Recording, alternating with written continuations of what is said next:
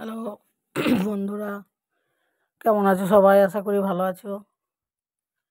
তো আমিও ভালো আছি। তো আজ আমি আবার একটা রেসিপি নিয়ে চলে এসেছি। আজ আমি দেখাবো ডিমের কারি। লম্বা লম্বা করে আলু কেটে ডিমের কারি কিভাবে বানাই। রান্না কম বেশি সবাই করে, রান্না সবাই জানে, সব নিজের নিজের মতো করে করে। আমিও আমার নিজের মতো করে করি। তো আজকে আমি ডিমের কারি কী করে বানালাম আলু দিয়ে সেটাই দেখাবো। খুব সাধারণ রান্না, ঘরোয়া রান্না এগুলো। এক্সট্রা কোনো মশলা নাই, আর নাই, ঘরে হাতের কাছে যা মশলা থাকে তাই দিয়ে রান্না করি। তো প্রথমে 5টা ডিম আমি সেদ্ধ করে নিয়ে ছাড়িয়ে নিলাম।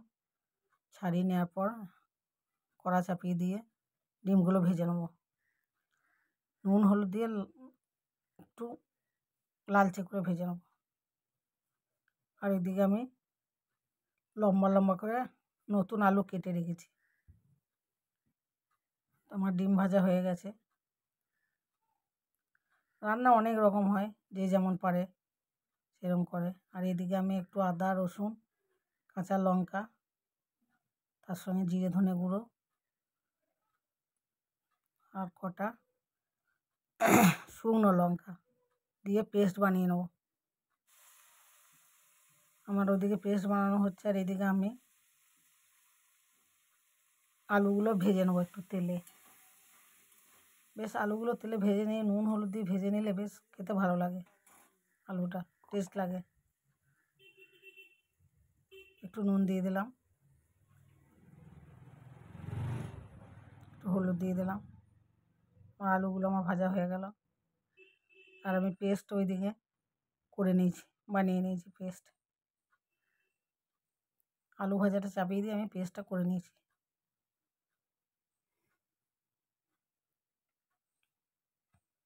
আলুটা ভাজা হয়ে গেল।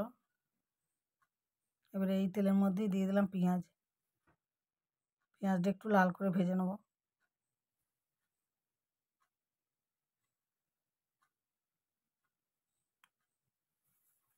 একটু টমেটো দিয়ে দিলাম কেটে, ছোটো একটা টমেটো দিলাম।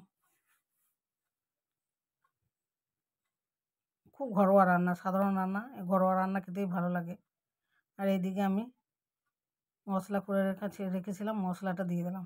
এবারে এটা আমি ভালো করে ভাজবো, যেন তেল মশলার কাঁচা গন্ধটা যেন না থাকে। ঢাকা দিয়ে দিয়ে আমি মশলাটা ভেজে নিয়েছি। মশলাটা আমার ভাজা হয়ে গেছে। এবার আমি দিলাম আলু আর ডিম দিয়ে এটাকে আমি আবার কষাবো। তো বন্ধুরা, আমার রান্না কেমন লাগছে জানাবে। কষানো হয়ে গেছে, আমি জল দিয়ে দিলাম। সেদ্ধ হয়ে গেছে আলু আর ডিম ঠিক মতো। ধনে পাতা ছড়িয়ে দিলাম। ঝালটা নুনটা আন্দাজ মতো, যে যেমন খায় সে সেরকম দেবে। আমরা ঝাল একটু বেশি খাই। বন্ধুরা, আমার ডিমের কারি রেডি। বাই, আবার দেখা হবে।